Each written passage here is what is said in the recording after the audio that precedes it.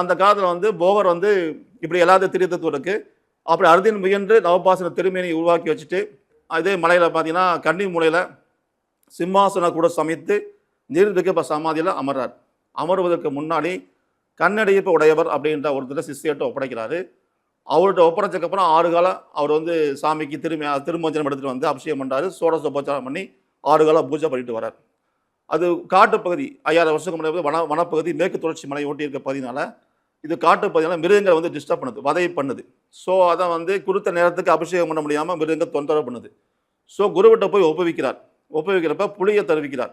புளியை தருவிக்கிற புலிமேல் அமர்ந்து பாணி பாய் ரூபம் தமிழ் வார்த்தை புலி மேல் அமர்ந்து பாணி பாத்திரம் தண்ணி பாத்திரம் வச்சு கொண்டு வந்ததுனால புலி பாணி பாத்திர உடையவர் அப்படிங்கிற பேர் அவருக்கு வருது.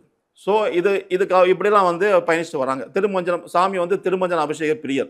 அவருக்கு அதிகமாக திருமஞ்சனம் அவசியம் நடக்கணும். இன்னமும் சாமி சுற்றி நீராள பற்றிலாம் இருக்கும். சாமி எப்பயும் திருமேனி தீர்த்தம் நிரம்பி இருக்கணும். சாமி வந்து நவபாசன திருமையெல்லாம் உஷ்ணம் அதிகமாக இருக்கும். ஸோ இதெல்லாம் வந்து நிறைய இருக்குது. ஸோ அதுக்கப்புறம் பார்த்தீங்கன்னா இது வந்து பல ஆயிரங்கள் வருஷம் ஆச்சு. போகர் புலிப்பணி பூஜை பண்ணாங்க. அதுக்கப்புறம் நைனத்தே பண்ணார வந்தாங்க.